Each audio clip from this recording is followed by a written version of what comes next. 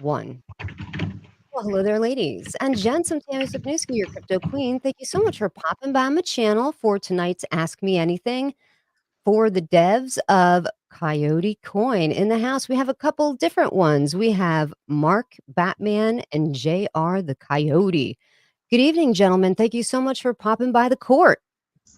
Good evening. Thanks for having Hey, us. yeah, thanks for having us, Tammy. Oh, my pleasure. My pleasure. I'm really excited about your token. There's a lot of interesting things that you have there in your tokenomics that I'd like to get to. But first of all, you just finished your pre launch and you reached your goal. Congratulations. Yes, yes, yes. So, why don't We we just start did off last with? night. Yeah, that was really exciting. Unfortunately, I missed it, but I definitely am going to get in on launch. We're not exactly sure when that's going to be. But why don't you introduce yourselves to the audience and give a brief description as to what each one of you are doing at Coyote Coin? Yeah, so I'll start off. My name's Mark, and one of the team members. We have a number of us on the team, and we all kind of divide and conquer. Everybody has their specialized roles. So tonight we have myself, Matt, who also goes by Batman, effectively on all the socials and in Telegram.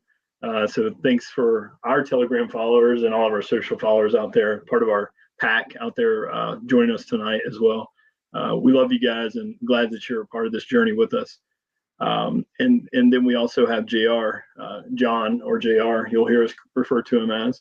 And John, Matt and Batman does more technical work probably, and John is more. I'm going to let you guys introduce yourselves. How about that? We'll let you talk about yourselves a little bit. Tell us what you do. But basically, all of the branding and artwork and everything, marketing side of things, John's responsible for. So he's a big part of all the really nice visuals that you guys get to see. Yeah, I was just, saying earlier that all of the graphics on your website, they're beautiful. Thank you.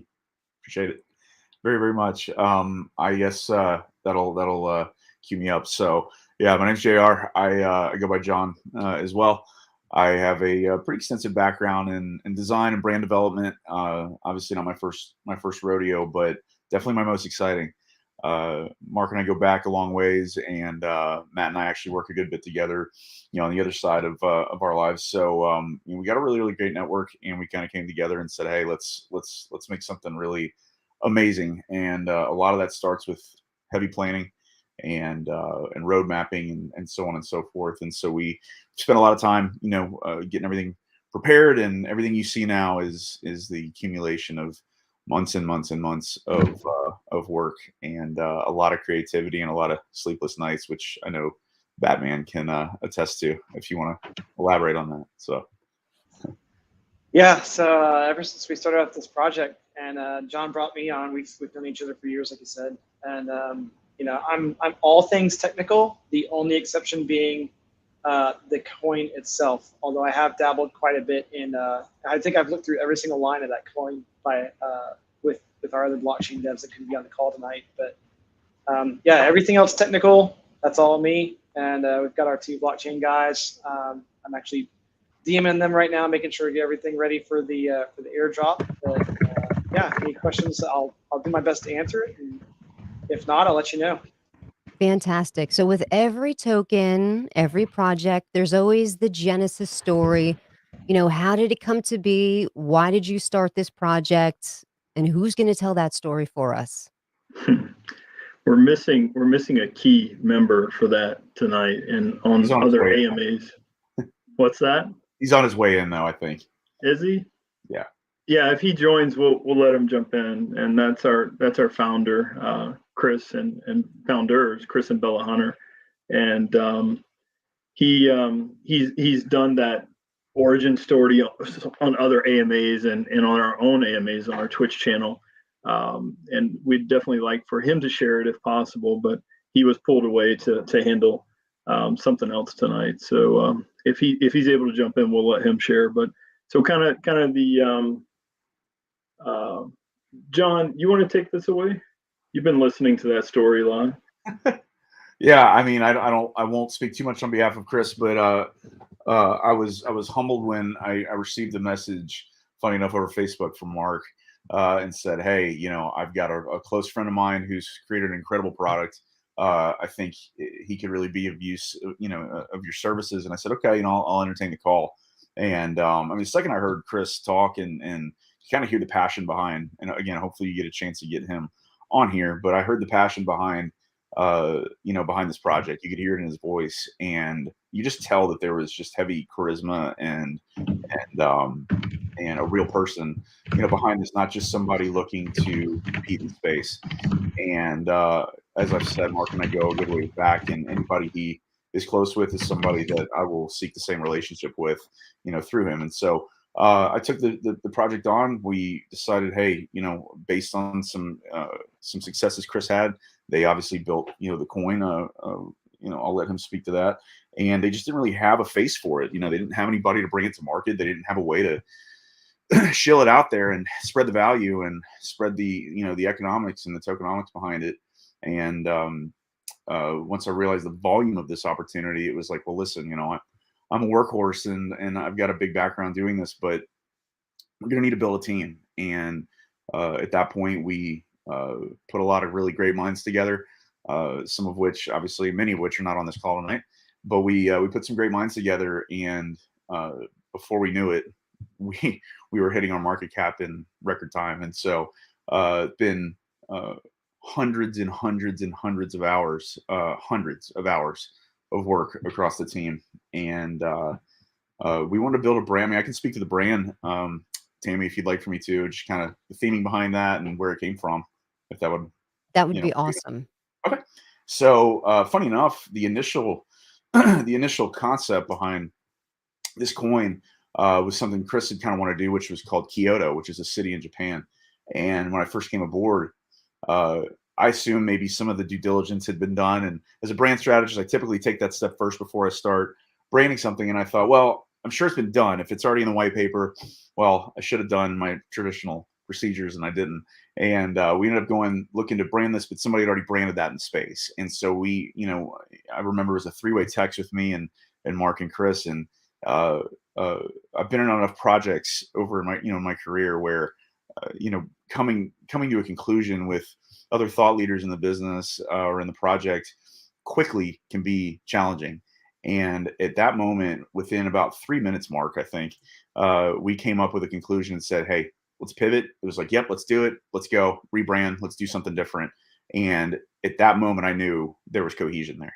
There was not this big pushback and uproar. Well, this is what I want. We're going to fight for that, and so on and so forth. And so, I figured, hey, if it's a blank slate, how do we introduce something that's community focused? And there's tons of wolves out there, and there's tons of foxes and all these kind of more whimsical creatures in crypto. But one that I didn't see, which really has a lot of creativity behind it, is Coyote. And I thought, they're pack minded. They're you can be witty. I think we all got really great personalities. And I thought, let's find something let's build this product around a brand that represents a pack, that represents the more we are, the greater we are as a mass, the more we can grow. And I think that holds a lot of weight in the grand scheme of crypto, right? We talk a lot about whales, which I know Chris will be very excited to speak to if he can get in here. When we were coming up, for instance, with our NFT line, which we'll talk about later if you'd like, we said, well, let's focus the theme of the pack of coyotes is greater than the whale. So the den, the community, the pack, all that kind of went into that branding and theming. So that's really the inspiration behind it. Purpose-wise, our brand really represents four things: leadership, humbleness, vigilance, and vigor. So I love those words. Leadership, really just driving forward with confidence, bravery, and commitment. It's brave to go in the space right now, especially with today's economy and the competitive nature of it, and trying to produce that individuality. It does take a sense of bravery. Humbleness, I think that's one thing I noticed about Chris, and I know very well about Mark and really everybody else on the team, is we're not just putting another crap coin out there. We are a group of confident but very humble people who, you know, really don't forget where we come from and why we're doing this. We're doing this for the community and putting ourselves out there to do it. The vigilance side of things is just kind of keeping our ears up. You can see in our brand, the Coyote's ears are up, heads turned, and we feel like that really represents just keeping a watchful eye over the pack and over the den. And then vigor is just harnessing that energy, which is why the Coyote's eye is growing, you know, harnessing good energy and strength to sustain growth. So those are the 4 elements of our brand. And then coloring, you know, we wanted the idea of, you know, coyotes kind of roam at night. You know, they tend to stay in the shadows a little bit. I know Matt and Mark had some banter back and forth, whether they were actually nocturnal or not. So I'll let you guys hash that out here in a minute. But the last thing I'll say is we wanted the coyote in front of a sunset or sunrise, you know, depending on how you look at it. And I think that's symbolic of the world of crypto. You know, it doesn't stop, and it's ever changing, and we're always keeping a watchful eye. Our community is almost 24/7 in the grand scheme of things, because we're all over the world now. Matt, what was it, 88 countries? Is that what we had on our yeah, so Yep. not bad. So I hope that gives you, I hope I went too long-winded, but I want to give you the breadth of how the Coyote brand came about and what it means. So I hope that answers your questions. Yeah, that sounded really wonderful. The 4 elements sound really good. Thank You you. know, the symbolism of the coyote was really great.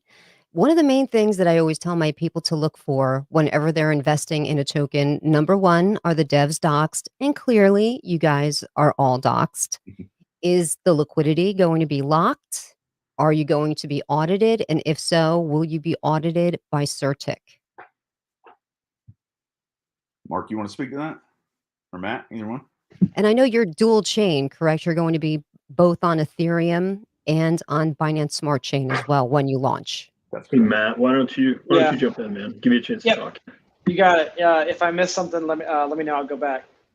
So Team Doxed, yeah, our founder is completely doxed. You can probably figure out where he lives.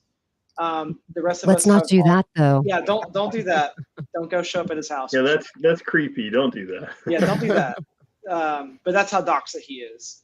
All of our first names have been on video, have been on voice chat with everybody. I mean, we streamed the entire pre-sale, so like they were watching us in his basement, like making everything happen. Would that be the Bat Cave? Is that where that?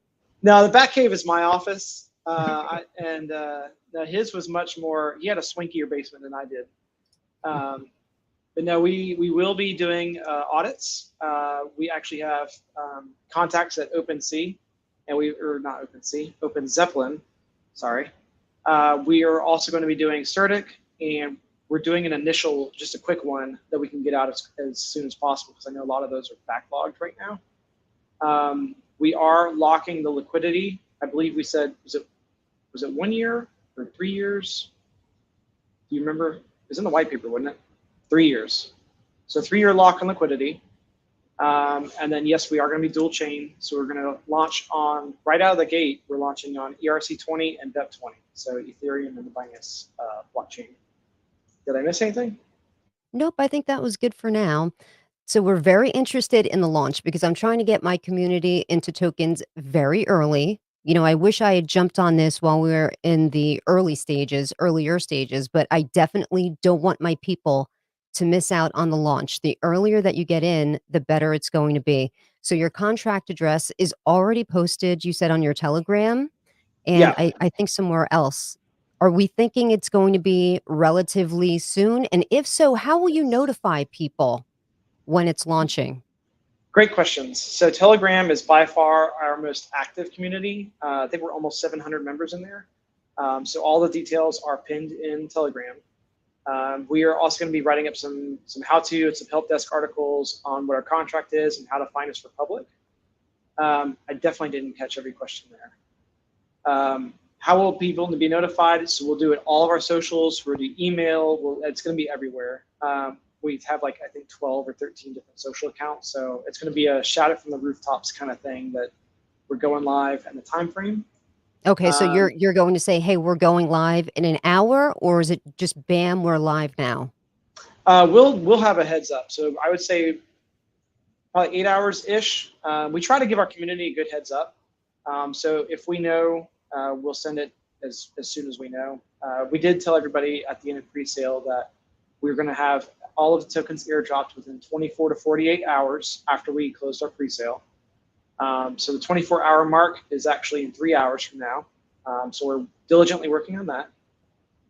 As far as the public side of it, it just kind of depends. We have to kind of take those steps to move our liquidity into both Uniswap and PancakeSwap.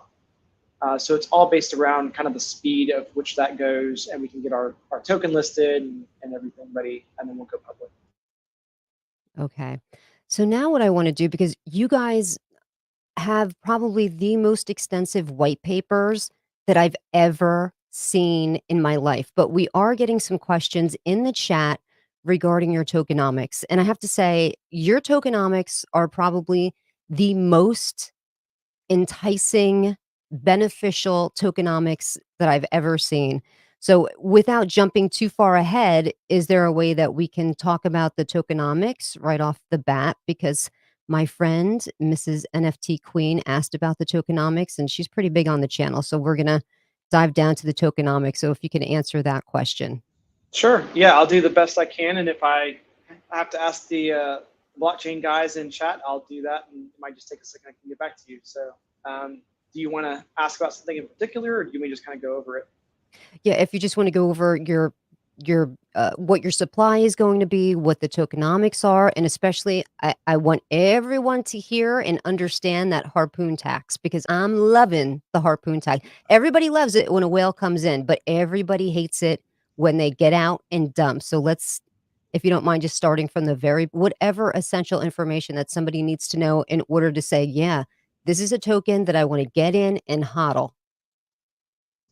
Yeah, absolutely. Sorry for the yawns. You're not boring, I promise. It's a very little sleep in very many days. So the tokenomic side of it, on the buy and sell, is 89% is what you get, and 11% is our transaction. So 2.5% of that goes straight to liquidity, 3% gets burned, and 5.5% gets redistributed to everybody else still holding Coyote. And it's going to be based on, or proportionate to the amount of Coyote that they have in their wallet compared to the entire token supply. So if somebody has, let's say, 1% of total supply, they will get 1% of that redistribution. Now, where that harpoon tax comes into play, and I love that term, it was coined by our founder. We were talking about whale tax, and he's like, oh, it's like a harpoon, and then it kind of stuck. So where that falls in is anytime a whale sells more than 5% of the previous 24 hours volume, they'll get hit with an additional 24% tax. That's a crazy amount of tax. So in case people didn't hear it, pay very close attention to this. Would you mind repeating that, please? Sure. So anytime that a whale decides that they want to sell more than 5% of the previous 24 hours in volume, they'll get hit with a harpoon tax. So that takes that 11% tax and it bumps it up to, what is it, 35%, I think is the math on that. And that's ginormous. It gets better, because that entire harpoon tax, that 24%, all of that is redistributed. So your redistribution goes from 5.5 up to 29.5% redistribution to everybody else still holding. Wow. That's beautiful. That's the most beautiful thing that I think I've ever heard when it comes to tokenomics. That's great. I think everyone should have a significantly higher sell tax, but that's amazing. That's beautiful and very unique. I don't think I've ever heard anything like that before. And you're right. I think coining the term harpoon tax was perfect. Perfect. Yeah, and that's something that the founder, Chris, he came up with that idea all on his own as they were working through this project. And we just marketed it, try to really show that this is a game changer. I saw in your chat somebody said, well, how do you know if somebody's a whale? It's not all about how much they have in their bag per se, but more so how much they want to dump when they're ready to sell. So if somebody comes in and it might be somebody wants to take profits, but they decide to sell their entire wallet. Well, if that's more than 5% of the previous 24 hours volume, then you're the whale and you're getting hit with it.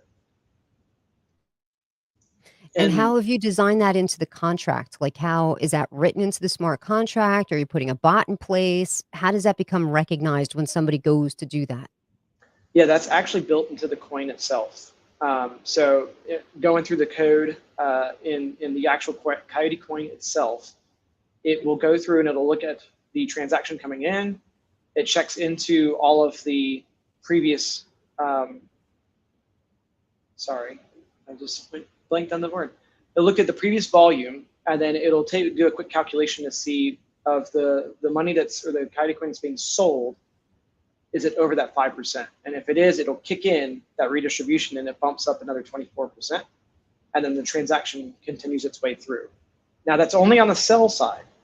Anybody can buy whatever they want. On pre-sale, we capped it at $20,000 US because we didn't want to have 5 people holding all the Coyote Coin right out of the gate. So that was another thing we did to prevent whales. So, but I mean, we go public day one and somebody wants to go buy $1 million worth of Coyote, go do it. Buy $1 million of Coyote, and you'll just have that 11% basic tax. But when you try to sell or oversell, that's when you get the harpoon. And I see that you're also deflationary, so you'll be burning and it's sent to a burn wallet. And I think I've heard you say before that it's a dead wallet. Nobody has access to it. When it's burned, it's burned. That's correct. Yeah, there was some projects that their dead wallet, they still kind of had access to it, and ours is a completely invalid dead wallet. So once something is sent there, it's gone forever. And that happens automatically on every single transaction. Okay, so that's good. Now, what was the incentive for Hey, people to Tammy. hodl? Was it, yes? Did I'm somebody sorry, just, I didn't mean to interrupt you. I see in the comments someone's asking about the founder. He's a little late to the party, but is it possible to add him still? sure. Anybody that pops in, I will definitely. Oh, wait a minute. Is He's somebody down there? backstage Hold on a right now. second. I may Yeah. not have been able to see him. Hold on.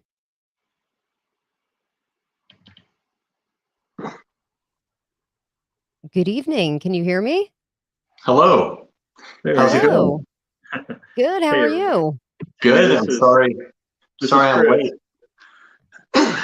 Yeah, my name's Chris and Chris Hunter, and I was working with Joey, one of the devs.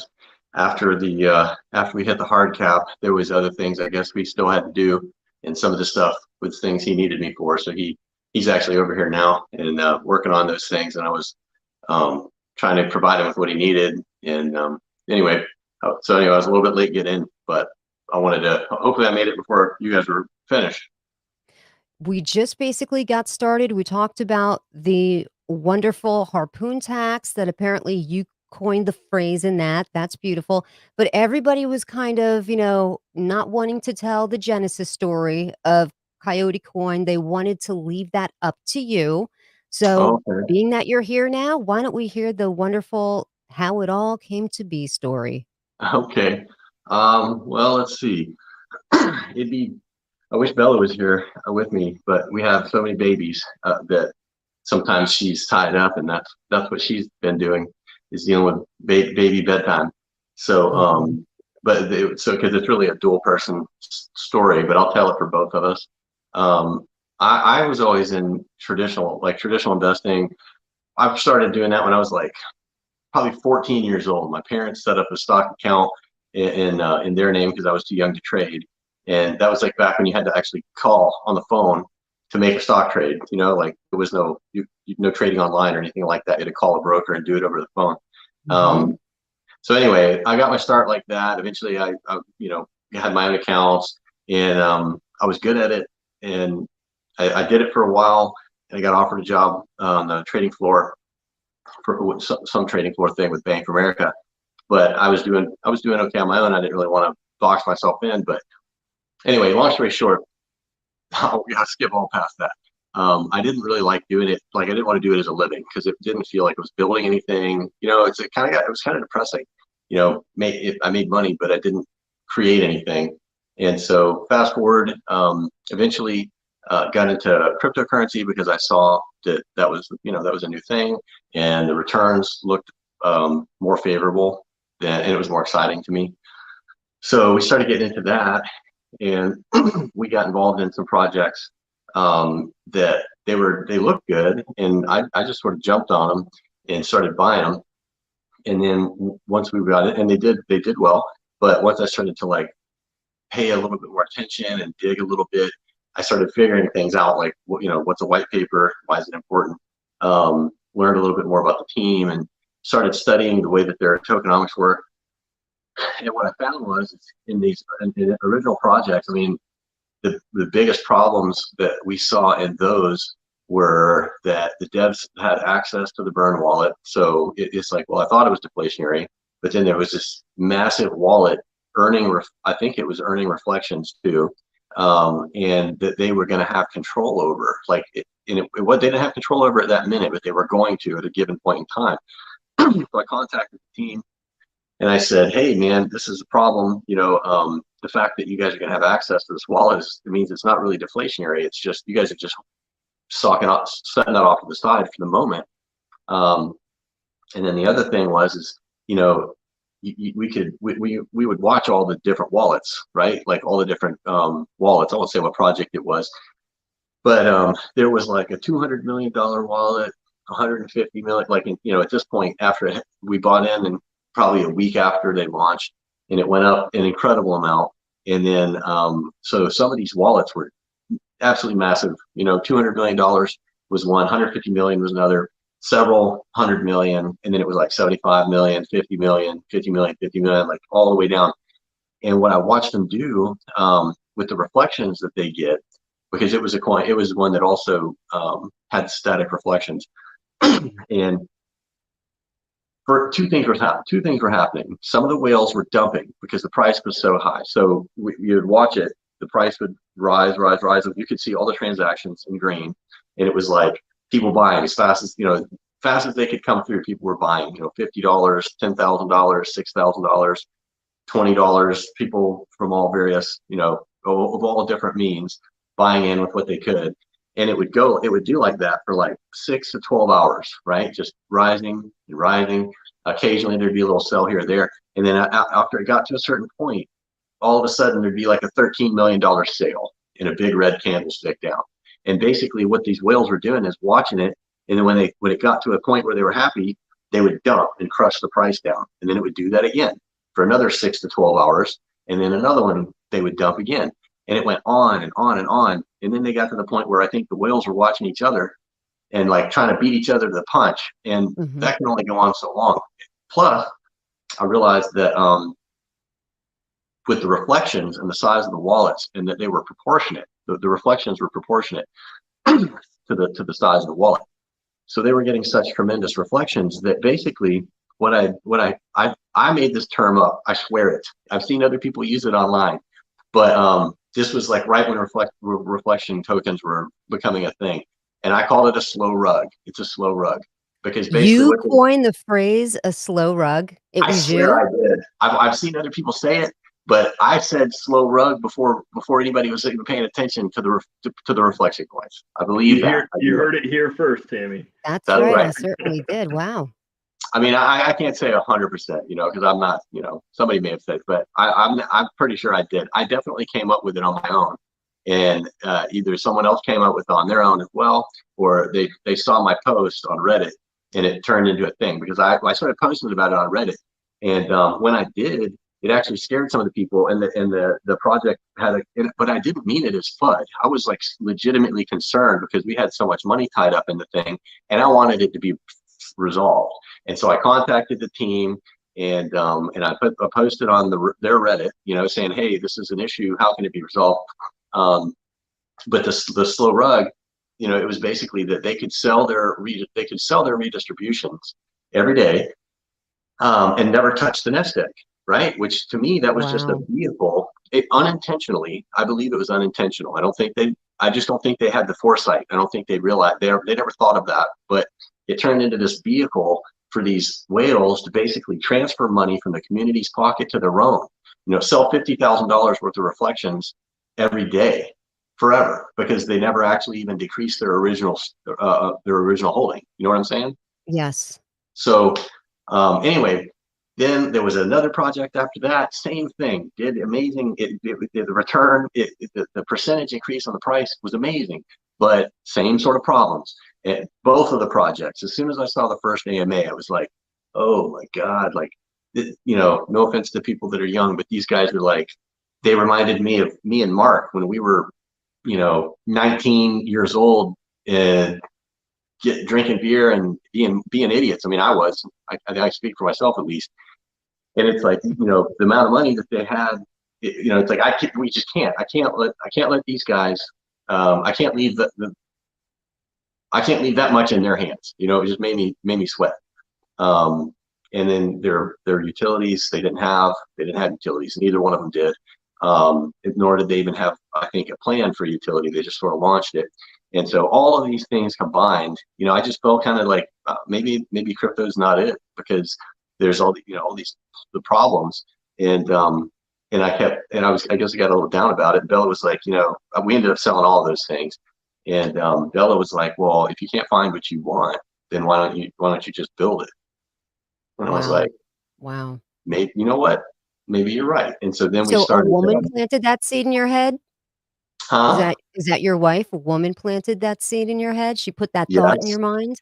She's the smart one. That's why I wish she was here. You would like her. Her name's Bella. She's the best. I'm sure I will. But she's super sweet. But and she's kind of quiet. But when she says something, it's usually something good. But so they started, and we worked on it together. This was not a me thing. This was definitely, she and I talked it through the whole way. We ended up, first things first, we wanted somebody that was legitimate in the crypto space and had a lot of experience and was well respected. And we found that person, and he's in California. I don't know if he would want me to put his name out there all over the place or not, but anyway, I contacted him. If my story runs too long, tell me, and I'll finish it in 30 seconds. But am I okay on time? You're fine on time. Okay. So anyway, we found this guy, and he had been in some videos. He was one of the partners in a cryptocurrency consulting firm in California, and he was very well respected, very talented, and I contacted him about writing the white paper with us, or for us, but with our input, And so I sent an email to him, and I called and left a message at his office. And then I don't remember if we were emailing or talking on the phone, but anyway, he responded sometime later that day and basically said, "Hey, thanks for the offer, but I'm not really interested in doing that. So here's somebody else that you might reach out to." And his fees were very high. I mean, dude was expensive, right? So to me, it's like, he's like rejecting me. I'm saying we want to pay him these fees that I think are ridiculous, and he's like turning it down. And so then but I really wanted to work with him. We really wanted to work with him. It sounds like he was playing hard to get. And if he was the guy that actually wound up writing the white papers, a beautiful job. They're the best white papers I've ever seen. Thank you. It was him. And it's here. I did figure it out, because I went back to him and I said, I was like, listen, I'm going to give you the G-rated version of the story. I was like, look, would you just talk to me for 5 minutes and let me tell you what we're trying to do and what it's about. And then if you don't like it, you can tell me to go screw myself. Then, like after, like talk to me first. Don't tell me now. Tell me later. And he laughed. He thought it was funny. And he was like, okay, all right, let's talk. We'll spend some time and you can tell me about it.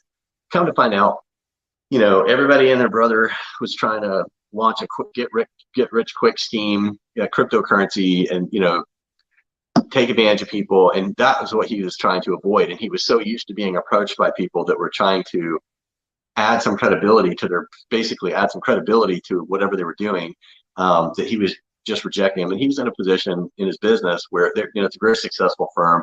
He didn't really need the money. He just liked, that was his passion, writing token economics and writing white papers. Like that, those were the two things he wanted to do, but he only wanted to do it if he felt passionate about the project. So me and Bella got on a video call with him. We hit it off. It was an immediate connection. We liked him. I think he liked us.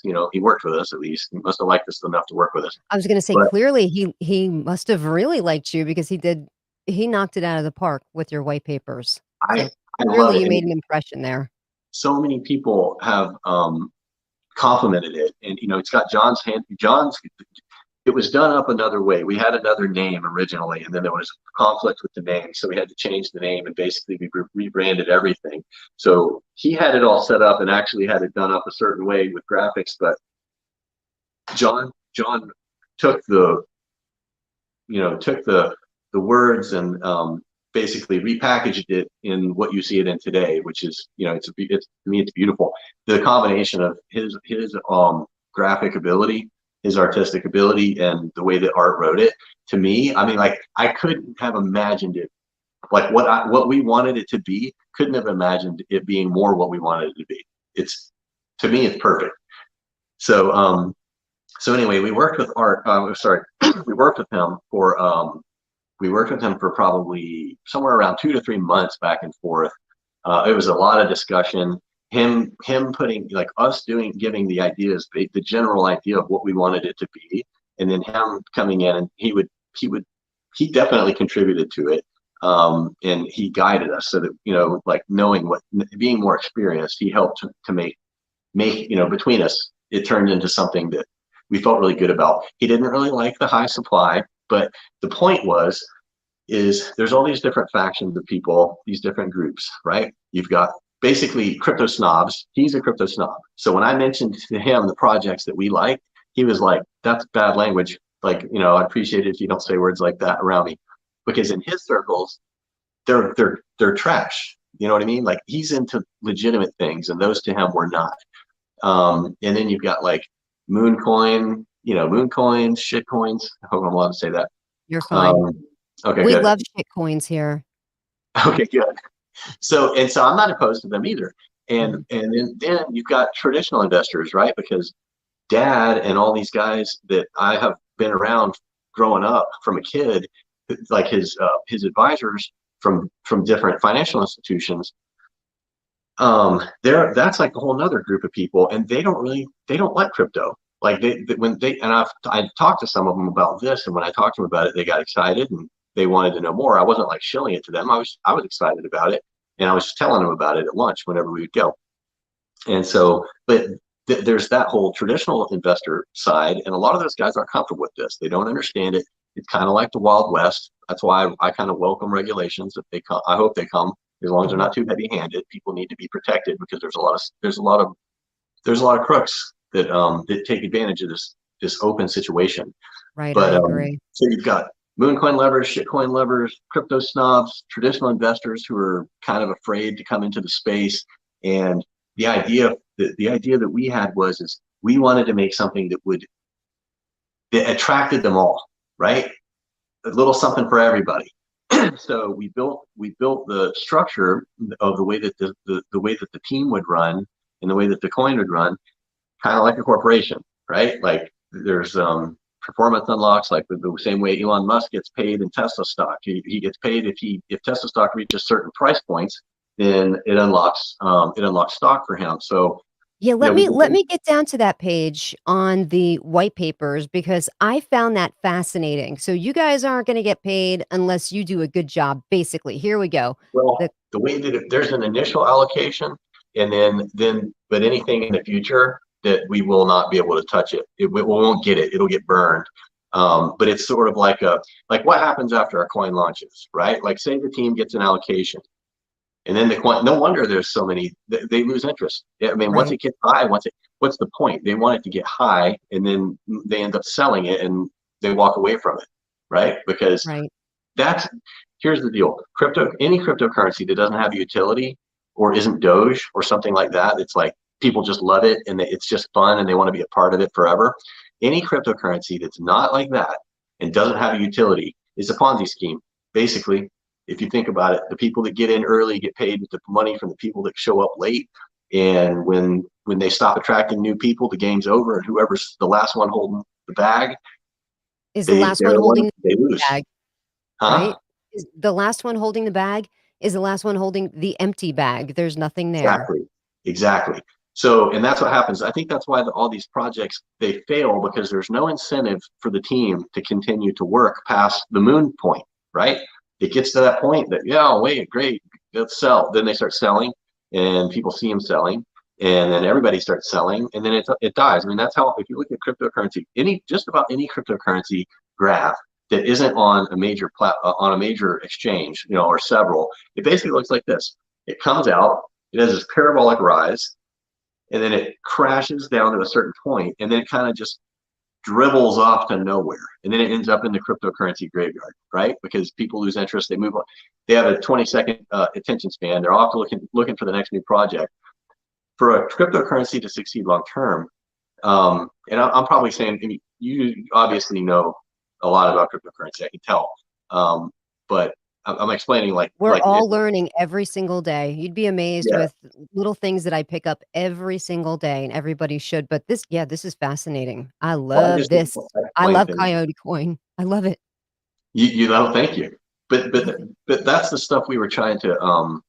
These are the things that we had in mind when we were trying to develop it, to build it in the first place. Was the large supply. That's kind of like a moon coin, shitcoin lover thing. That's what they like. They like big supply. They like it's a lot easier psychologically for somebody to, even though it's really not that, it's really no different. But, for example, for something to go from, 8 zeros and a 1 to a penny, it's a lot easier for it to do that than to go from a penny to $100, $1,000, you know what I mean? Or $10,000. So they like that makes people happy. And they think, well, if it just goes to 1 cent, I'll have this much. But, that's like a $3 trillion market cap for that coin. It's impossible, but they like it. So anyway, it's sort of a marketing thing. Token economics, and the people, a lot of the traditional investors, they understand interest, and reflections work kind of like interest. Like it's a percentage. As long as you're holding it, you get that. And then the harpoon tax. That was to stop the whale problem, the whale disruption. I mean, they would spark panic selling, and how long are you going to watch that happen before people get tired of buying in when there's no end to that wallet? I mean, how long is it going to take them to sell at 200? You're talking about half a billion dollars worth of whale wallets. How long is it going to take them to sell it down when they're getting these huge reflections? So anyway, that all came together, and then we ended up with the team to build it, and then Mark paired us up with all these other great people on the team currently. I was going to say, how did you build this wonderful team? Because when I looked at all the different developers that you have assembled, there's quite a team there. How many people in total do you have? How many do we have? We're up to 13 now. 13 now, yeah. And there's a lot of people that we don't say they're on the team, but in my mind they are. I mean, to me they are on the team in my mind. Oh, yeah. And it sounds like you guys are working 24/7, like everybody should when you launch a cryptocurrency. Every time you talk to a developer of a new token or one that's going to launch, they always say the same exact thing. I have no life. All I do is I'm working. So I'm sure it must be the same for you. How many hours a day are you putting in? My wife can confirm. I have a day job on top of this. So day job plus this, I maybe sleep 5 hours a day, 6 if I'm lucky. That's correct. What about everybody else? Is anybody working on this full time? Like this is your full gig? This is all you're doing? You're all about Coyote? This has quickly become my second full-time job ever since December. So I can confirm I've definitely put 40 hours a week into this. I would say everybody that's working on the project is putting in full-time hours, totally. And there's been a lot more people that have worked on it prior to the team. I mean, this process started in March of last year. Like a lot of these things, they like copy a code, and Wait, you've been working on this behind the scenes for a full year? Yes, I wanted to go back and check when we actually started, because I wanted to know, was it like to the day 1 year when we launched or something? Because I don't remember exactly what day we started, but that's when it started. It was in March of last year. So this has been going on forever, and the code is totally original. It's not a copy. It was written from scratch completely. Wow, because there's a lot of copy and pastes out there. So that's pretty cool. So once you go live and you launch, who's quitting their day job to just completely focus on Coyote? Everybody. Everybody? Well, let's start talking about the utility and what's going to be there. What's the incentive besides the great tokenomics? And I don't know if we really touched on this yet. let's talk about the incentive for people to hodl. The longer they hodl, the better the benefits are going to be. Did I hear that somewhere? Well, it's a compound. It's an issue of compounding. There's a few things that go on. A, being in early, people don't think about this, but when you're only having to divide the reflections with 500 wallets, and the volume takes off, you're getting a much larger reflection than you are later when there's 2 million wallets that the reflections are being divided amongst. You know what I'm saying? So the reflections are really big in the beginning. The other thing that happens is you're getting the compounding. It's like compound interest, but instead of annual, it's every second, because the reflections are live. So every time you get a reflection, the next time you get one, you get a reflection on your original amount plus the last reflection you got. And so it builds and builds. The faster, the more it happens, the faster it happens. You know what I mean? So so the long like getting in early and holding long term that's kind of the idea behind the whole thing.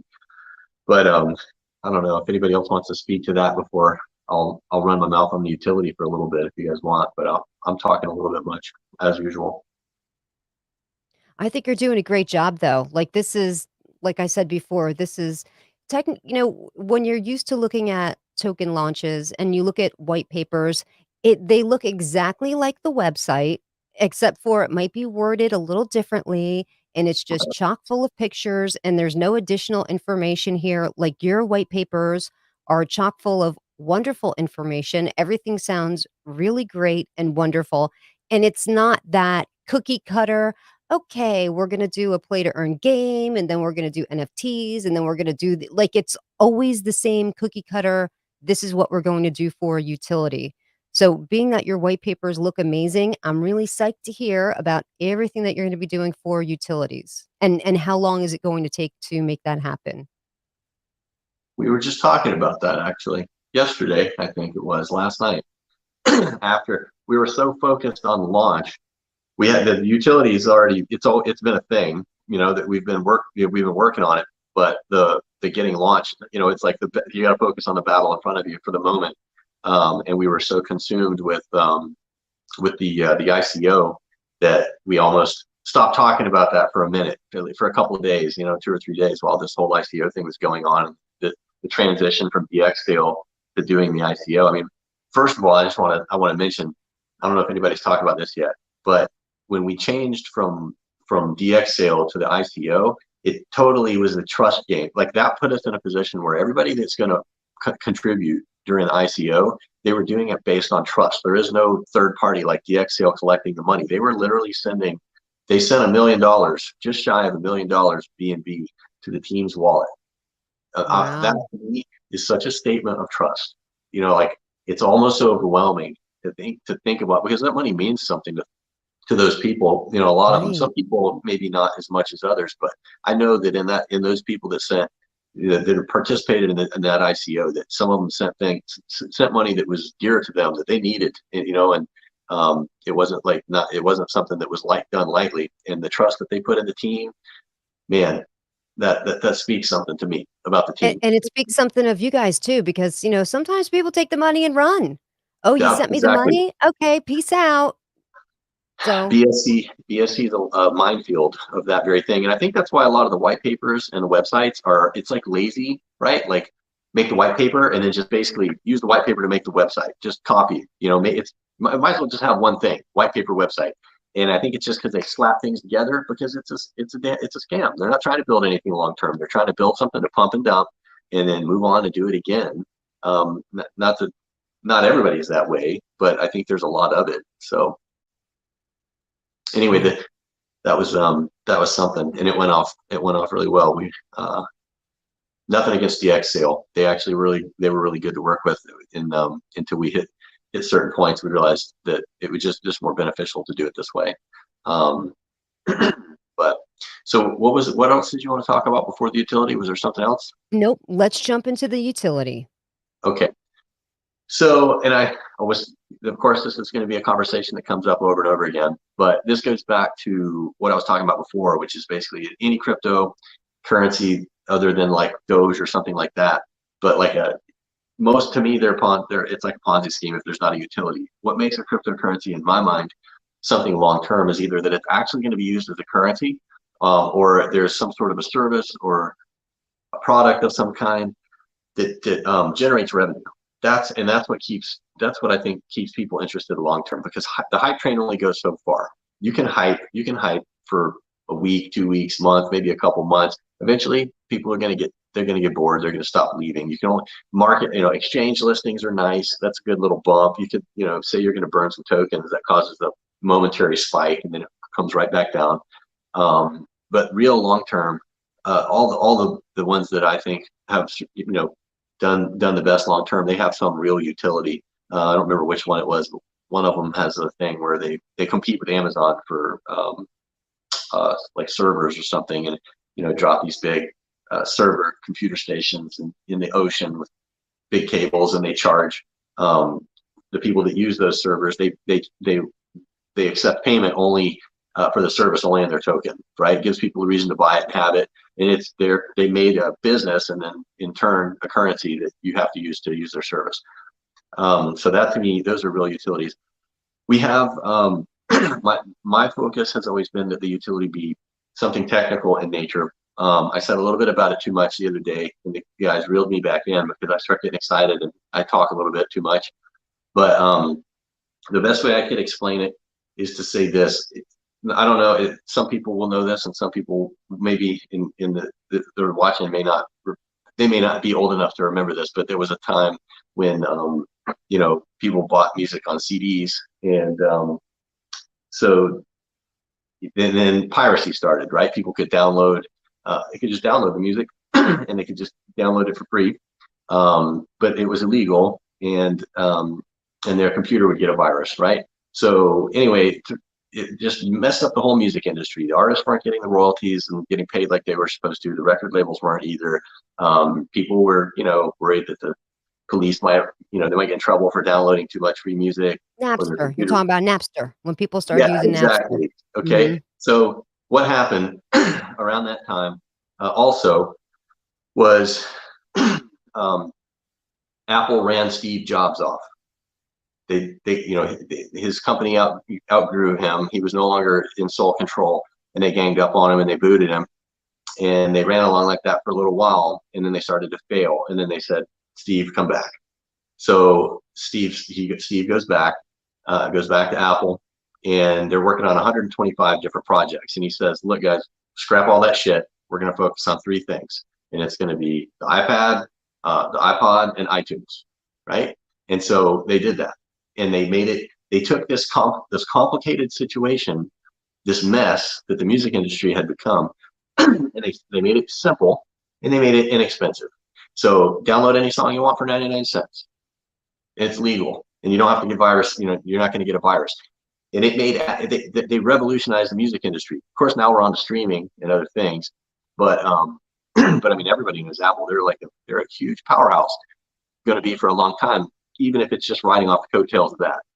Well, the reason I tell that story is because it's an analogy to the situation in cryptocurrency. Are things the biggest threats that exist in cryptocurrency space to Bella and I, when we were going through all these, going through the investing in these different projects, was downside volatility caused by whales and their disruptive behavior, and their, when they would dump. I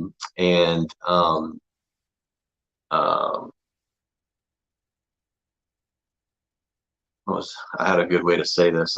Hey, when you hit our age, that happens. It leaves, and you're like, come back to me. But sometimes it just never does. It's a lack of technical ability, because there's just so many people. Like, every time you see one of these projects, and ours included, okay. What was I doing today? What's everybody on the team doing? What's everybody in the community doing? One of the things everybody's doing is trying to help people figure out how to buy it. How do you buy it? Well, same thing. Is this about your utility now, or Yeah. So you filled in the kind of okay. This is getting into the utility. So same thing on the projects we bought in the past. Here's the deal. If you're going to buy something on Binance is great. I love it. Binance is easy. It's like buying stock on Charles Schwab. Kraken, same thing. Crypto.com, same thing. All of the major exchanges. The problem is, by the time something is listed on these major exchanges, you missed it. you might make 2x, 3x, 4x in a given period of time. So one of the projects that we were involved with last year, it was a 2.45 million% return. That means for every dollar that you put in, if you bought on day one and sold at the peak, for every dollar you put in, you had $24,500. Jeez. So, and they're not listed on a major exchange still. And when they do, I can tell you, the ride is basically over from that point. I mean, you're not going to get those kind of gains. So the excitement for most people, I think, is as much as those are good, these kind of projects, the ones that are just starting, are the ones that have the most promise, but they're very difficult to buy because they're not listed on a major exchange. So you've got this situation where everybody wants to buy them, but nobody can figure out how to do it. And there's a lot of people in the traditional, like traditional investing, for example, or most of the money in the world doesn't reside with people that are between the ages of 15 and 25. It resides in the people that are older than that because they've had time to accumulate it, and they've built businesses and worked hard and invested and saved. So you've got these massive amounts of money in the hands of people who don't know how to figure it out. Even if you tell them what to do, they don't know. Like first of all, open up a trust wallet. And well, I mean, if you want to invest that kind of money, you're not going to want to use the trust wallet pay because they charge the fees, and you're putting it on a debit card. There's only so much you can do like that. So you're going to need to open a Binance account, and so open the Binance account, and then you got to get verified, blah blah blah. Send the money from there to your trust wallet, and then buy BNB there, send it there, convert it to convert it to Smart Chain, go on a Pancake Swap, add the contract address. They're confused and they're scared because they, especially if you're using large amounts of money, what if they make a mistake? Like you get warnings all the time. If you do this wrong, this money might just be gone. Right. So, basically, to give without getting technically, too much into it technically, the utility for us is using artificial intelligence, computer systems, basically, to simplify all those processes so that the user doesn't have to do any of those things. So you're going to build a wallet that's cross-chain and a one-stop shop instead of going here and there, all the different like ERC20 and Binance all in one place type of thing? That's the other thing. You've got Ethereum chain versus Binance chain, and it's like, well, like I was trying to explain to somebody to buy BNB, and they were like trying to do it. And I was like, oh, wait, well, just buy Smart Chain. And then they bought Smart Chain. And then a few minutes later, I'm like, so do you have it? Do you have BNB? And they're like, well, no, I have Smart Chain. And I'm like, Smart Chain is BNB. It's just on the Smart Chain. Forget about it.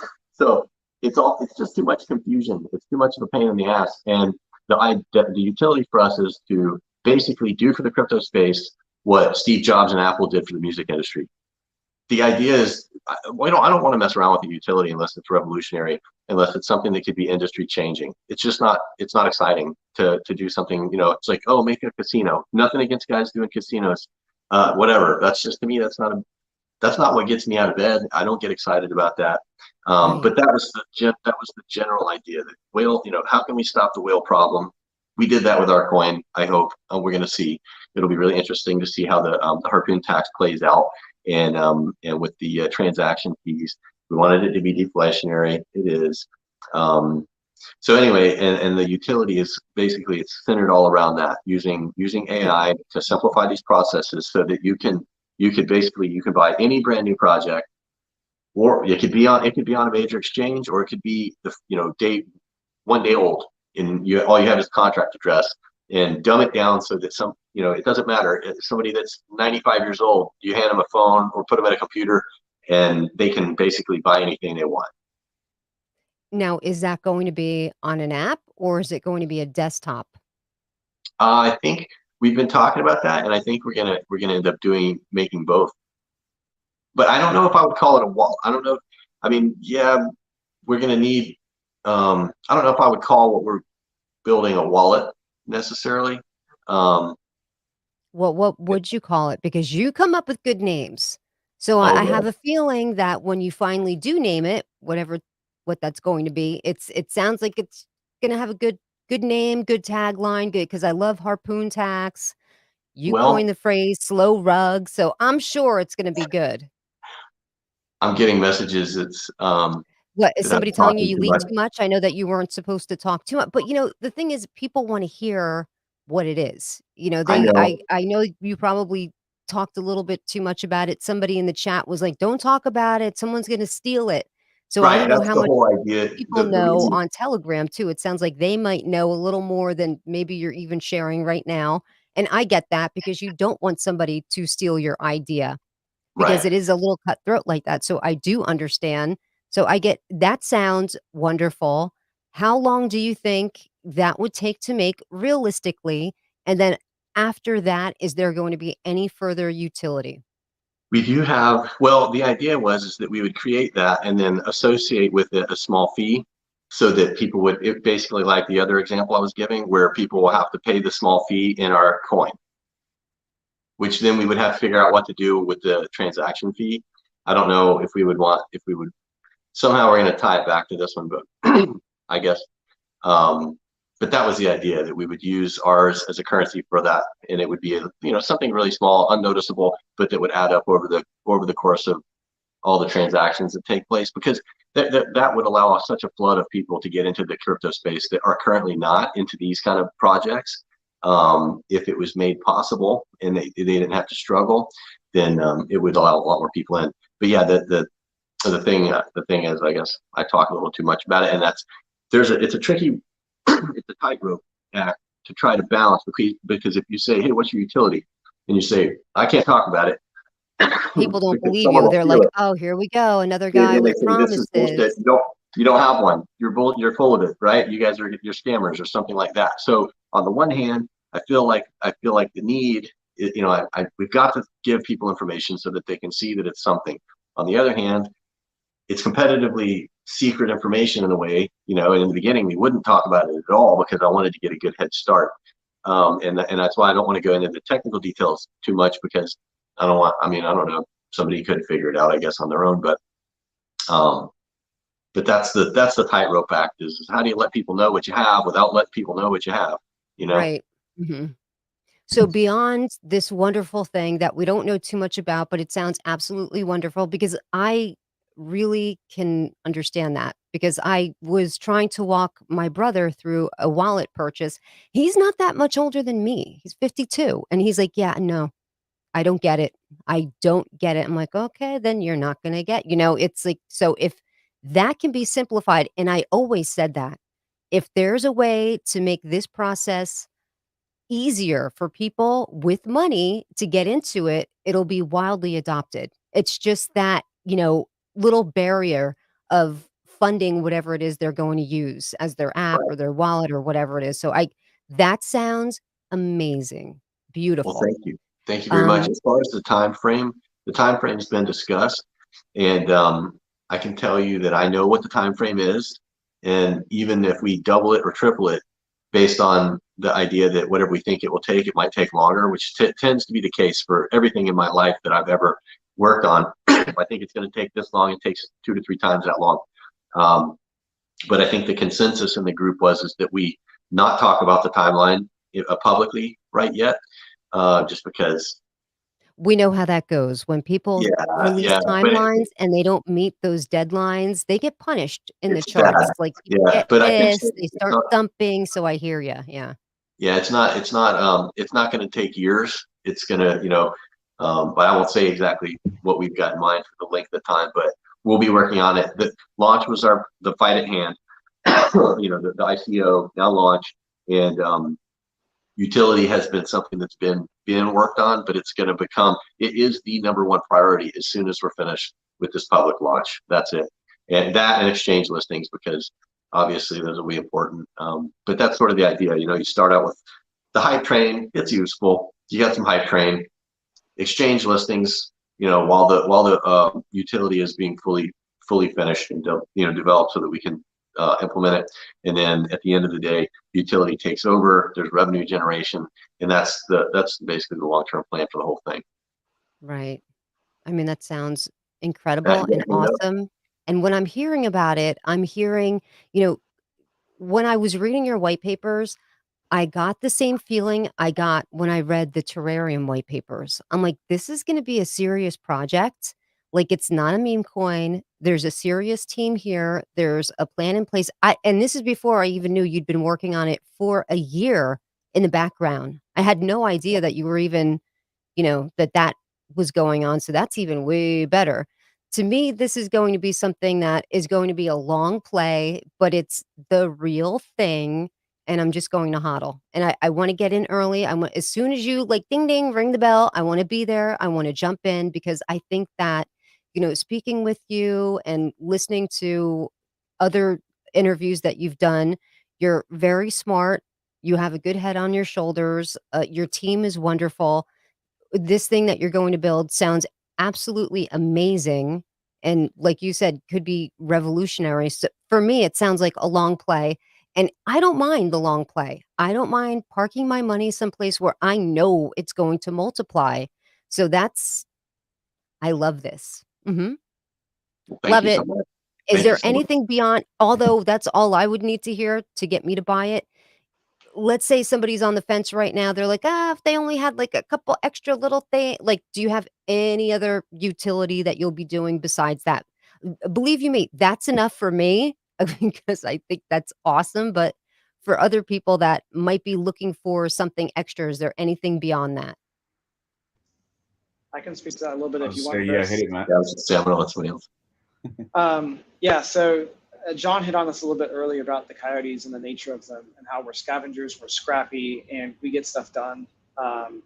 And the in-between utilities, I'll call them, some of the stuff that we wanted to focus on in the ways to keep the community active and build it up and kind of grow over time organically is we have reserves, we have lotteries, we're going to be doing like Easter eggs, all kinds of hunts and things like that, where the community will be able to participate in these smaller or maybe bigger events in which it continues to build that community and in what we're doing. Like we might have something where, hey, one of our socials, we put out an Easter egg, and if you can find it, you get whatever. It might be something where we've got, if we hit a certain goal within a month, maybe we give away like $10,000 or something in Coyote Coin. We have a lot of avenues that we're doing. We've got NFT collections that we're doing. We have utilities we're working on for those NFTs as well. I'm not going to go too far into one of them, but it's a really cool idea, and I have not seen one like it yet. We have teased it a little bit on our Twitch AMAs when we did our NFT giveaways, but so some of the community knows about it, but it's pretty cool. John's actually been working on. We had our original G Coyote, which is a little bit more expensive one. We fully built the algorithm ourselves, and we're minting 1,000. We did that within a couple of weeks. And John's been working on the Adventures of YOTE, which is based around our community itself. Every time there's a story, every time there's something that kind of funny or cool that happens, he just does this almost childlike drawing, and the community loves it. We were on another AMA, and there was a duck race, and so the winner that was of the duck race, like we made an NFT just for them and minted it and everything. And so there's a lot of stuff that goes into the Coyote community and a lot of stuff to keep them around. The long play is definitely the one that Chris mentioned, though. But that's not all we're about. There's a lot more than that. Right. Yeah, we say all the time that we're building an ecosystem. Like there's a lot of facets in NFTs and those things that the Adventures of YOTE, those are hilarious. But yeah. So we have a question from Radio Run. I don't know if this is someone from your community. It says, is there a benefit of buying on Uniswap? Some tokens don't have reflections on BSC, but do on Ethereum. Yeah, I can answer that. So the reflections are going to be on both chains. Everything is going to be connected. So other than if you're able to buy with ETH versus BNB, that's the only benefit I would say is the gas fees. If some people are more comfortable with ETH, it's easier to get. It's on a lot more exchanges. So the fact that we're going to be on that blockchain, it's going to open us up to a whole nother party of investors or potential buyers of Coyote. But other than that, I wouldn't say that there's a particular benefit. I think it's kind of legitimizing. Feels like the ETH side coins are somewhat more serious sometimes. Yeah, I would agree. So being dual chain, I think that was, and actually at the time when that was written into the white paper, and I have to give some credit to the guy that we worked with. I guess I can't really give him credit, and I'm not sure if he wants me to put his name out there, but he contributed to the white paper. I mean, it wasn't just me and Bella's ideas. He had some, he liked what we had to say, but he had some genius, what I would say genius contributions himself. Where was it? What were we talking about, Matt, right before that? Forgot. I got off track a little bit. I'm tired, man. Yeah, we're all tired. I think you were just talking about You had being on the ether. Oh yeah, the dual chain.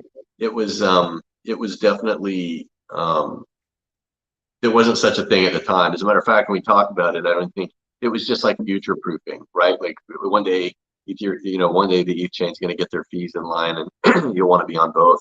And it's still not in line necessarily, but now it's the way we were built. So, but at the time I think it was forward thinking.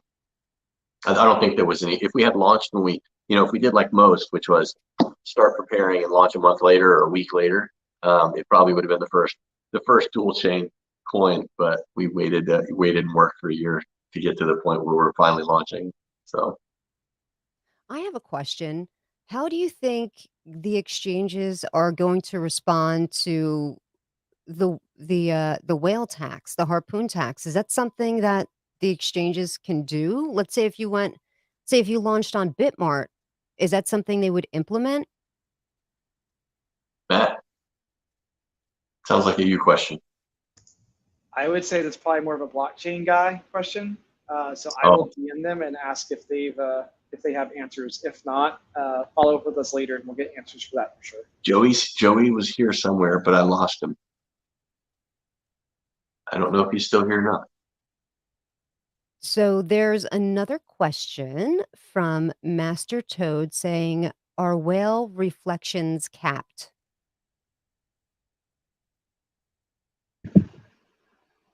Not No. certain what that means exactly, but I think it's I can answer that one. redistributed. It is proportionally redistributed. So no, whales get what they get, just like everybody else. But we've done everything we can to limit the whale creation in the first place, because nobody, even someone that maxes out in the ICO and sent $20,000 worth of BNB, they still have like, how much was it, Matt? Like 0.8 something, less than 1%. Yeah, even if somebody purchased the maximum amount allowed during pre-sale, they have like 0.89% total token supply. So it's like not much at all. I do have a blockchain answer. They said that yes, the harpoon tax and everything else will work on exchanges. We've had some people ask, like that kind of tier 1 type exchange, the big ones everybody knows about. They don't really work well with reflections yet. We're not going to go on an exchange until they work with what we're doing. There are plenty of other tier 1 exchanges that do support reflections, and there's a lot of other exchanges that support it too. And I think the team has talked about this in the past, is that as popular as these type of projects are getting, where they have these built-in reflections, it's not going to be long before these exchanges want to jump in on that and open up to more projects, because it makes them look better, right, to have that kind of project on their exchange. Right. I agree. So someone in the chat is asking, have you burned 50%? Or will you at launch? Some tokens have this. Okay. We already burned it. So the 50% got burned before we hit pre-sale. That was the very first transaction that we did. And then so right now we're sitting at 1.25 quadrillion tokens. And we're working on. I'm sorry. Could you repeat that? I'm sorry. I just want to write it down. 1.25 quadrillion. So with a Q. Okay. So I believe it's 12 zeros. 1, 2, 5, and 10 zeros after that. Okay. It takes a second. There's a lot of zeros. It makes the math easy. Like when we were trying to figure things out, we wanted to make the math easy, so we use something with tons of zeros like that. And Can't people even count enjoy them. that, you know, because when they buy it, like when people purchased into Shibnobi, you know, you could spend $100 and it looks like you have so many tokens because there's all those zeros there and Yep. the reflections just come pouring in and it's a big help. So Yeah. we have another question from Soothing White Noise. What is max wallet size for the developers? Is it also 0.89? Now, was that just for the pre-launch? That was for the pre-launch. The pre-launch, the max was 0.89. And those numbers kind of fluctuated a little bit up until that point because when we were going to do an IDO through DX sale, the max wallet size was around 2%. And then when we switched over to an ICO, that max wallet size went down. So they got more tokens, but at the same time, the amount that was allocated for pre-sale went up. Now, to answer that particular question, the max wallet size for a dev team member is 2%. There's not a single dev wallet that has more than 2% of the allocations. Okay, so I think that answered it very good. Another question, public launch will be on, oh no, that's actually just a statement from, I'm guessing somebody that's a fan of yours, Texas T25. Says public launch will be on PancakeSwap and on Uniswap in 24 to 48 hours. We don't, as of right now, we don't have an exact time of launch, but you are going to notify everybody through the socials. Um, what are all the different social media platforms that you're active on, and how many community members do you have in total through those different platforms? Just so everybody has an understanding of, you know, how big your community is. How many people are going to be getting in on that launch? John, you want that or you may take it? Probably a good question for John here.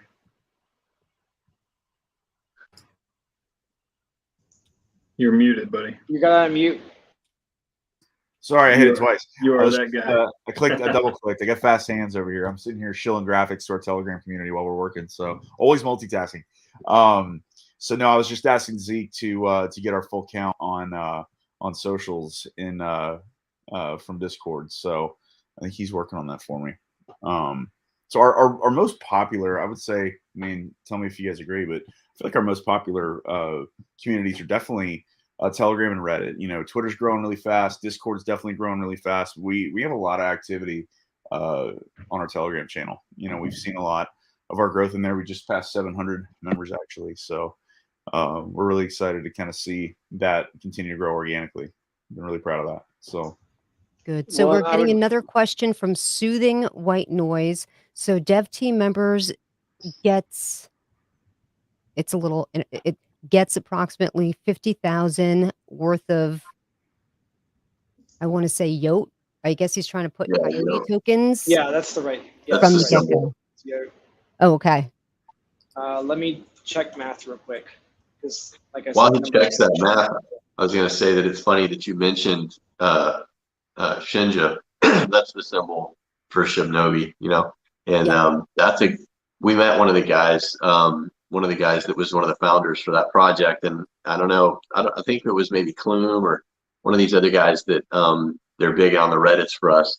Who he talked to him initially, and then I ended up talking to the guy as well, and we kind of made friends. Like he's in Dubai right now at an expo or something. We kind of talk back and forth every day a little bit. And I don't know, it was just the funny that the one other project you mentioned was that one, and he's like the nicest. He's like the nicest guy. So anytime, like if I send him a message, like literally within seconds, he's replying and he's super friendly. He's Australian. Love that accent. Oh, that's I got the awesome. math. Yeah, let's So hit us with the math. Sure. So the largest dev wallet is just under, it's like 44.5. So it's just under $45,000. And I would say out of that, we have a good portion of dev wallets set to the side for future team members. So it's not even funds that we ourselves are taking at this time. It's more of we're planning for the future. You know, like you said, this is a long play for us. And we want to be able to reward appropriately anybody that comes on after the fact of, you know, continuing to build this thing out. Usually the way these projects go, you're not done when you start. Your team doesn't look like at the end what it looked like at the beginning, and we're Right. probably going to need additional people as we go. Oh, it sounds like you're going to need a lot more people. if you're indeed building what it sounds like you're. How many are any of you? I'm assuming the answer is yes, but how many of you are coders? I'm a developer, and the two blockchain guys that are not on the call are developers, and I've been doing it for 17 years. There was also another team of developers that contributed this along the way over the course of time. So there's been a lot of people that know code touch the project, but I feel like we're in there's one right there. You see him back there. There's Joey. Hey, do you need me, or are you good? Okay, thank you. So, sorry, man. That was Joey. He's been working his tail off, and I think he does need something from me. He was gracious enough to like turn me loose to come over, because I was listening and I could hear he was listening, and then we heard the comment of the question about how did it start, and I was like, oh God, stall, I'm coming. Well, I don't think we see any more questions from the chat. You answered all of my questions. I'm definitely going to get in on launch day. I hope I get in super early, like, I don't know, stat. Hey, Like sign stat. up for our email newsletter, and you'll get an email when we got the date time ready. But you said you'd also release it on Telegram, and Yep. everything's gonna go, and you're gonna give everybody a heads up. So if you give me the word, or I see it on Telegram, I'll spread it all over Twitter as much as I can. Hey guys, we got an hour to go live, and your contract address is already there in Yep. Telegram. I would assume it's one of the pinned messages. It is, and Same contract address for Pancake and Uni, I would assume. Yes.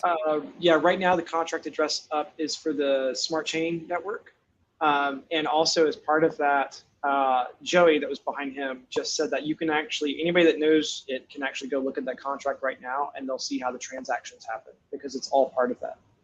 And then, yeah, so all the socials, John, I don't know if you caught, we're on TikTok, Instagram, Facebook, Twitter, Reddit, Telegram. Yeah, we're about 2,500 total. I mean, it's 2,000 plus, another 500 plus on TikTok. So, we're growing, and I want to be super clear. Like, we've been intentionally organic about that.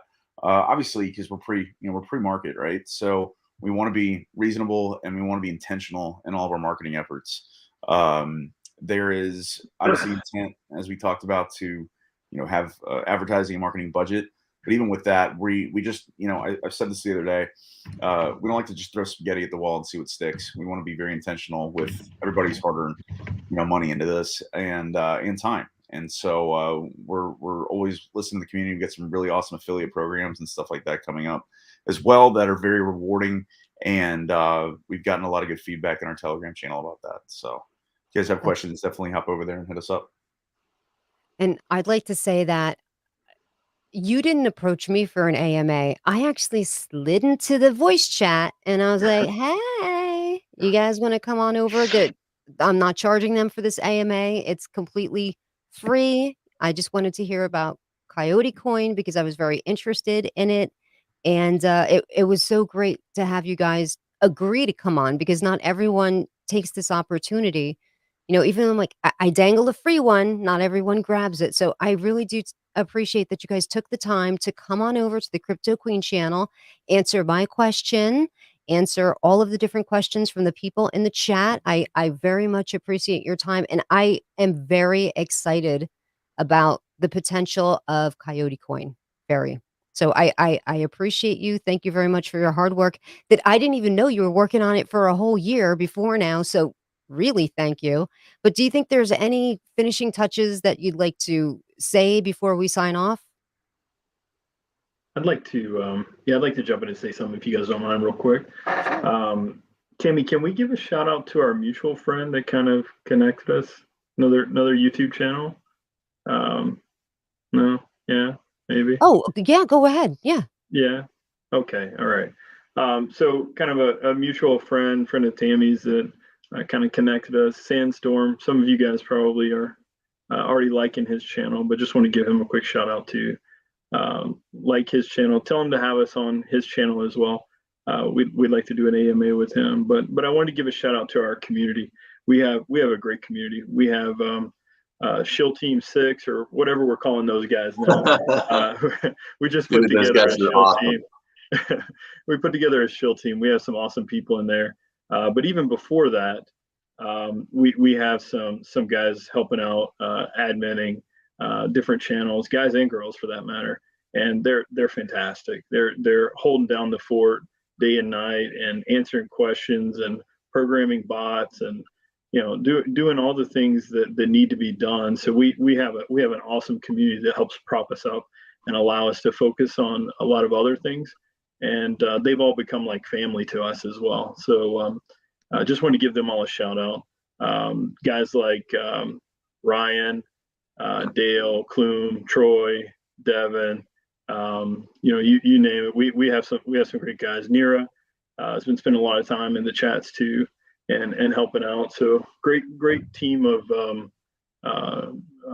admins that we have, and we appreciate all that they do.